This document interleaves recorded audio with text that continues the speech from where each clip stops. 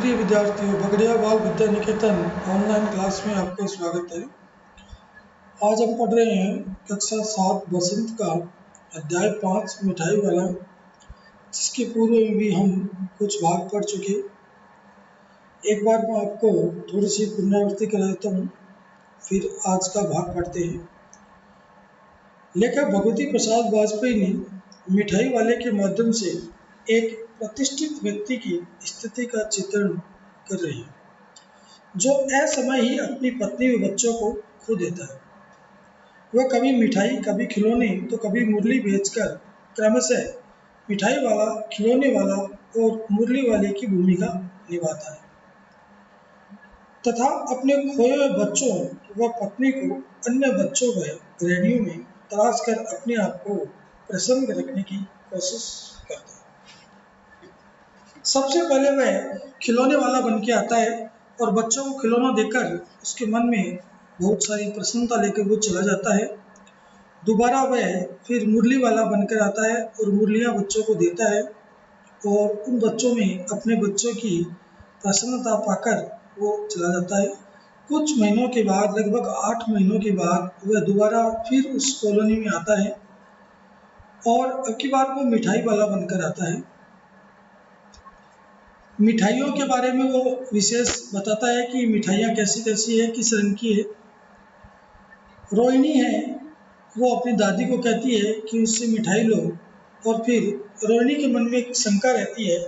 वह मिठाई वाले से बातचीत करती है और पूछती है कि ये इतना सस्ता और ये सब तुम क्यों करते हो, लेकिन वो बात को टाल देता है। और जब वो उससे जिद करती है तो वो कहता है कि इन बातों की मैं व्यर्थ चर्चा नहीं करूँगा, उन्हें आप जाने दें, वो बात आप नहीं पूछे तो अच्छी है, अगर आप पूछेंगे मैं बताऊँगा तो आपको बहुत दुख होगा। तब रोहिणी ने कहा, जब आपने इतना ही बता दिया है तब थोड़ा और भी बता दो, मैं ये सुनने के लिए बहुत उत्सुक हूँ और इसमें तुम्हारा जो नुकसान होगा वह मैं मिठाई और लेकर चुका दूँगा।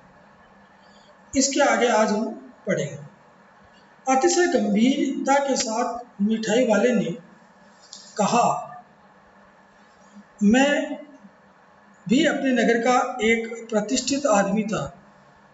मकान, व्यवसाय, गाड़ी, घोड़े, नौकर चाकर सभी कुछ था। स्त्री थी, छोटे छोटे 2 बच्चे भी थे। मेरा वह सोने का संसार था। बाहर संपत्ति का वैभव था, भीतर सांसारिक सुख था। स्त्री सुंदर थी, मेरी प्राण थी। बच्चे ऐसे सुंदर थे जैसे सोने के सजीव खिलौने। उनकी अटखेलियों के मारे घर में कोलाहल मचा रहता था। समय की गति, विधाता की लीला, अब कोई नहीं है। दादी प्राण निकाले नहीं निकले, इसलिए अपने उन बच्चों को खोजने में निकला हूँ। वे सब अंत में होंगे तो यही कहीं, आखिर कहीं न जन्मे ही होंगे।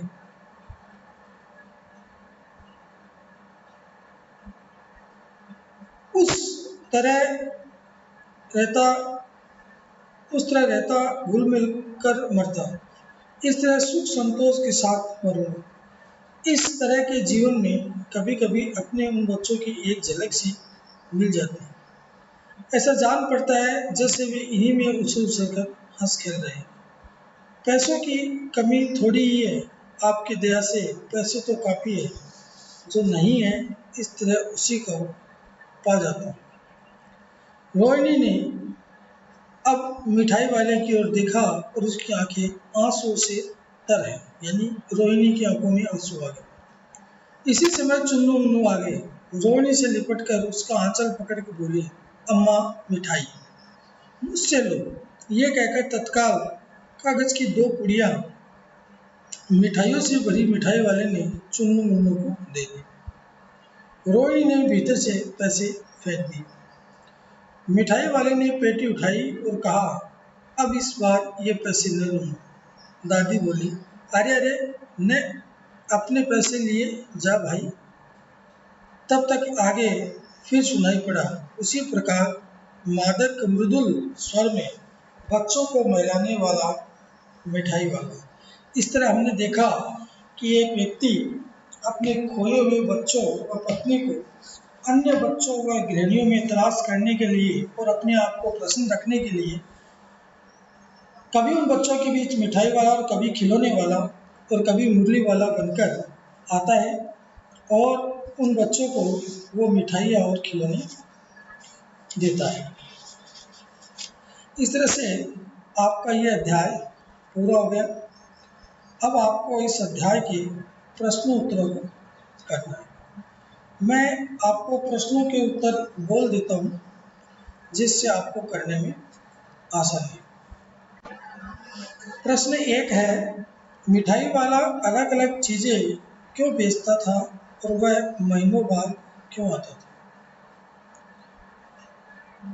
उत्तर है, मिठाई वाला बच्चों की उत्सुकता और अपने मन की संतुष्टि के लिए बच्चों की मनपसंद चीजें बेचता करता था। वह महीनों बाद इसलिए आता क्योंकि वह वस्तुओं के इंतजाम में उसे समय लग जाता। प्रश्न दो है, मिठाई वाले में वे कौन से गुण थे जिनकी वजह से बच्चे बड़े भी उनकी ओर खींचे चले आते थे? मिठाई वाला फेरी लगाते समय बड़े मधुर स्वर और लय में आवाज लगाता था।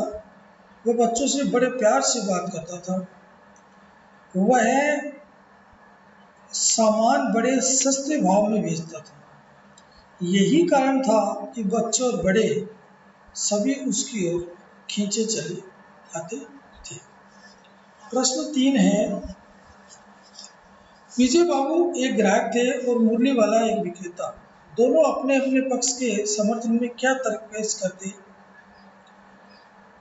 विक्रेता और ग्राहक के बीच मोल भाव होना एक स्वाभाविक क्रिया है। विजय बाबू ने मुरली वाले से भाव पूछा। उसने सीधा उत्तर न देकर कहा कि वैसे तो वह 3-3 पैसे में बेच रहा है, लेकिन उनको 2 पैसे में दे दे। विजय बाबू ने उसे विक्रेताओं की चतुराई की आदत मानकर उससे कहा कि विक्रेताओं को झूठ बोलने की आदत होती है। ग्राहक एहसान जताने के लिए भाव कम करने का नाटक करते हैं। ग्राहक पर एहसान जताने के लिए भाव कम करने का नाटक करते हैं। इससे मुरली वाले को धक्का लगा। वह बड़ा नाराज सा हुआ। उसने कहा कि ग्राहकों को यही लगता है कि दुकानदार उन्हें लूट रहा है। इस प्रकार तर्क वितर्क के बाद 2-2 पैसे में दोनों पक्ष राजी हो गए। अब है प्रश्न 4।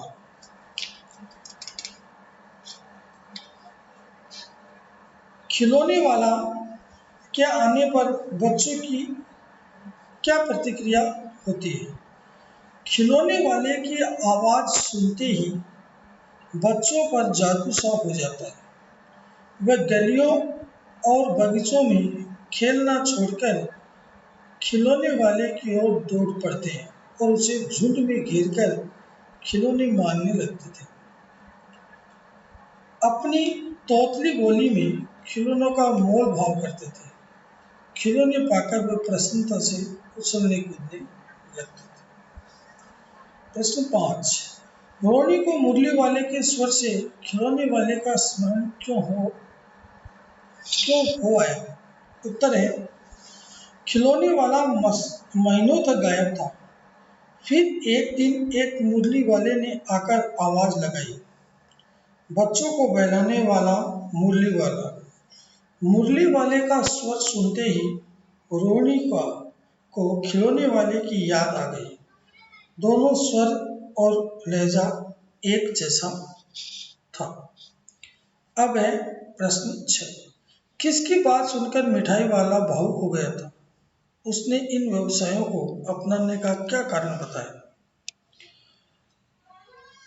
रोहिणी की बात सुनकर मिठाई वाला भावुक हो गया। उसने बताया कि वह केवल बच्चों के साथ मन बहलाने के लिए वस्तु बेचता फिरता है। प्रश्न 7, अब इस बार ये पैसे न लूंगा। कहानी के अंत में मिठाई वाले ने ऐसा क्यों कहा? रोहिणी ने ही पहली बार उससे सहानुभूति जताई थी और उसकी दुखद कहानी सुनी थी। अतः उसके बच्चों के प्रति खिलौने वाले के मन में प्यार उमड़ उठा। इसलिए उसने मिठाई वाले से के पैसे नहीं दिए। प्रश्न 4-8 आपको नोटबुक में नहीं करना है। अब हम अगली ऑनलाइन क्लास में नए अध्याय के साथ फिर मिलेंगे। तब तक के लिए धन्यवाद।